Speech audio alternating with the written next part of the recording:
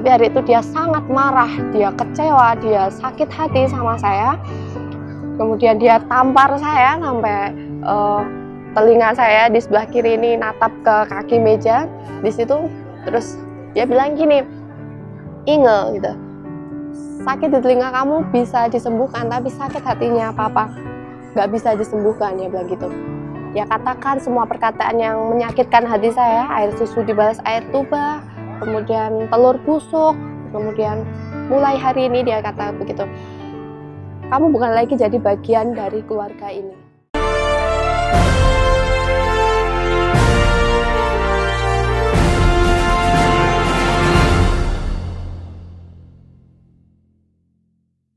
Shalom, saudara-saudaraku yang diberkati oleh Tuhan. Salam damai sejahtera bagi kita semuanya.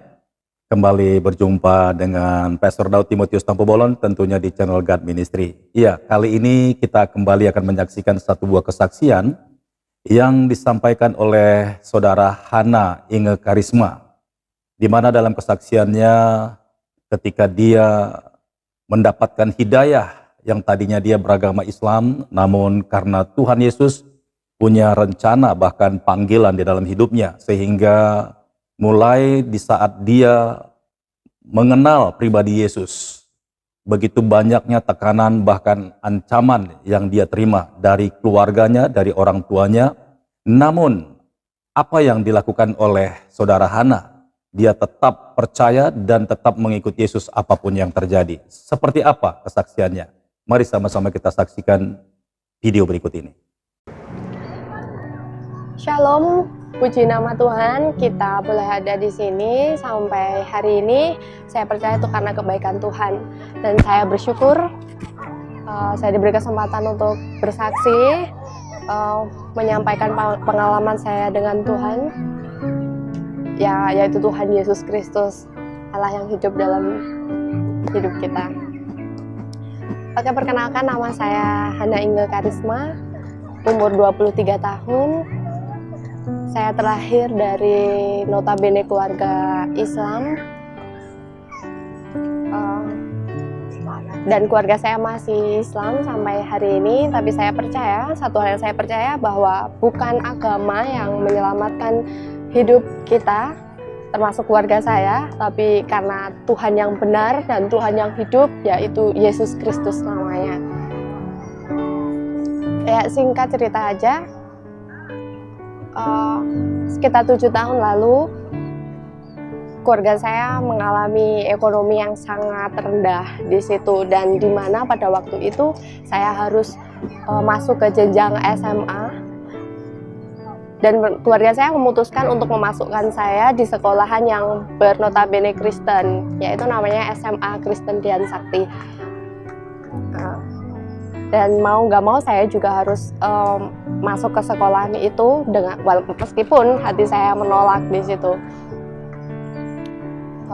Kemudian pada hari itu di suatu ibadah mereka menyanyikan lagu Bapa Sentuh Hatiku di situ, dan saya ada rasa keterkaitan, terpikat gitu. Ada satu rasa penasaran yang membuat saya, kenapa sih orang Kristen itu harus nyanyi-nyanyi gitu kalau ibadah gitu, terus habis itu nangis-nangis gitu kan ya. Nah, di situ saya temukan jawabannya pada hari itu juga gitu. Kemudian saya dengar, saya juga sedikit ikut menyanyikan lagu itu, dan tiba-tiba tanpa saya sadari saya juga ikut nangis gitu, berlinang air mata. Kemudian ada satu hal yang membuat hati saya itu terlepas gitu. Terus ada satu kedamaian yang buat saya benar-benar merasakan dan mendapatkan hari itu seperti sebelumnya saya nggak pernah dapatkan kedamaian itu gitu. Jadi hari itu saya mulai mengenal Yesus, tetapi belum mengenal pribadinya, hanya sebatas siapa Yesus itu gitu, yaitu Dia adalah Tuhan. Di situ saya mulai bangun iman saya kepada Dia, dan ada firman yang berkata, bahkan Dia sendiri yang berkata bahwa akulah jalan kebenaran dan hidup, tidak ada keselamatan lain kecuali melalui aku. Dia sendiri berkata gitu, dan Dia itu menjamin gitu keselamatan saya. itu yang membuat saya semakin haus gitu, saya lapar gitu, saya cari tahu gitu di siapa sih Yesus itu. Dan ketika teman saya kasih satu Alkitab kepada saya baca, saya mulai baca terus baca sampai sebenarnya saya lupakan pelajaran sendiri gitu, pelajaran pelajaran sekolahan yang lain itu, saking hausnya.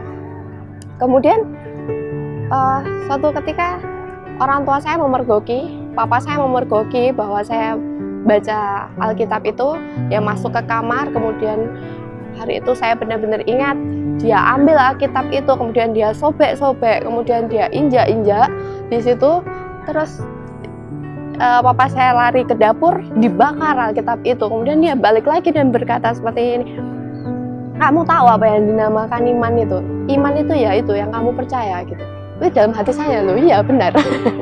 Benar, iman itu apa yang kita percaya gitu. Tapi hari itu dia sangat marah, dia kecewa, dia sakit hati sama saya. Kemudian dia tampar saya sampai telinga saya di sebelah kiri ini natap ke kaki meja di situ. Terus dia bilang gini, Inge gitu, sakit di telinga kamu bisa disembuhkan, tapi sakit hatinya papa nggak bisa disembuhkan, dia bilang gitu. Dia katakan semua perkataan yang menyakitkan hati saya, air susu dibalas air tuba, kemudian telur busuk, kemudian mulai hari ini dia kata begitu, kamu bukan lagi jadi bagian dari keluarga ini, nama kamu akan saya hapus di dalam daftar kartu keluarga, dia bilang gitu.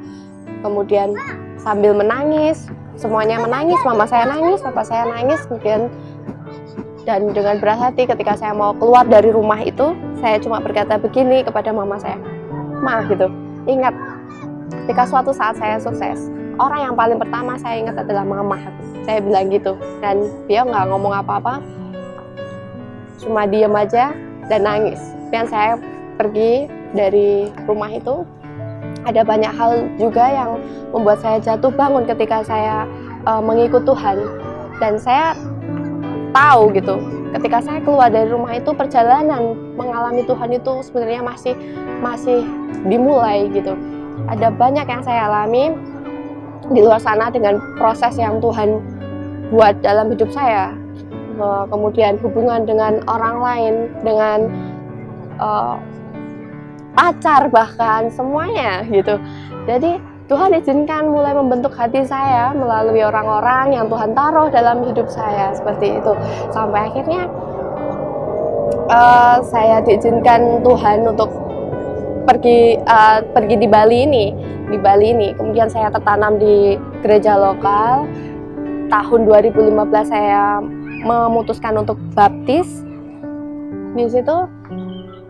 Kemudian saya gabung ke sebuah persekutuan, saya terus bangun di situ, terus bangun, dan puji Tuhan sampai hari ini saya mengenal siapa Yesus itu dalam hidup saya gitu. Dan hari-hari ini juga saya baru memikirkan firman Tuhan dalam Yohanes 12 ayat 32, di mana Tuhan berkata, dan apabila aku ditinggikan di muka bumi, maka aku akan menarik orang-orang untuk datang kepadaku di situ. Nah, oleh sebab itu saya juga ada di sini karena firman itu juga gitu. Dan juga karena firman itu juga saya bersyukur, saya ditarik, hati saya ditarik untuk datang kepada Dia gitu. Dan saya merasakan, saya menerima kasih yang mula-mula itu. Satu hal yang saya percaya di sepanjang perjalanan hidup saya sama Tuhan sampai hari ini, bahwa Tuhan beserta dengan saya dan pasti juga dengan kita semua. Dan saya percaya bahwa Tuhan sudah memilih setiap kita sejak di dalam kandungan ibu kita. Dia bahkan menenun kita dengan karya tangannya sendiri gitu.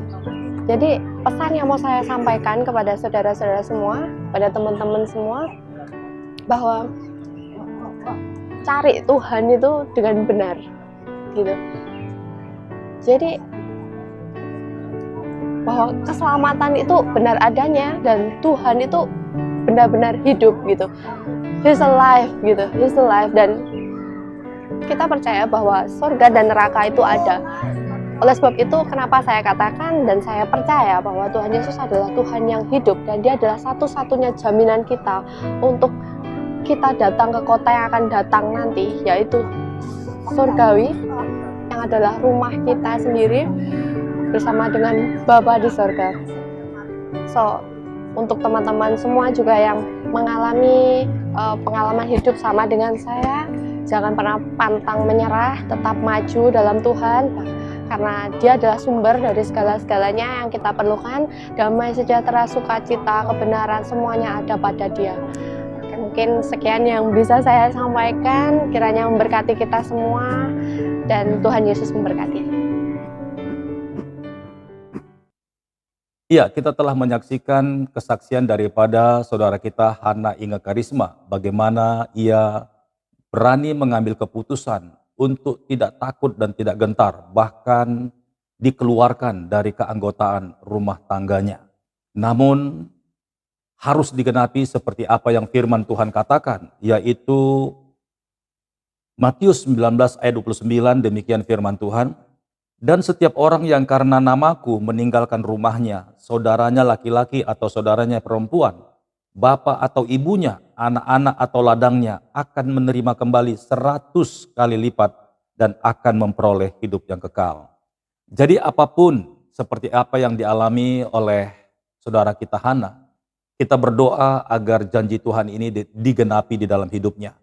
Dan kita terus memberikan semangat kepada Hana agar dia tetap semangat dan tetap kuat untuk mengiring Yesus apapun yang terjadi.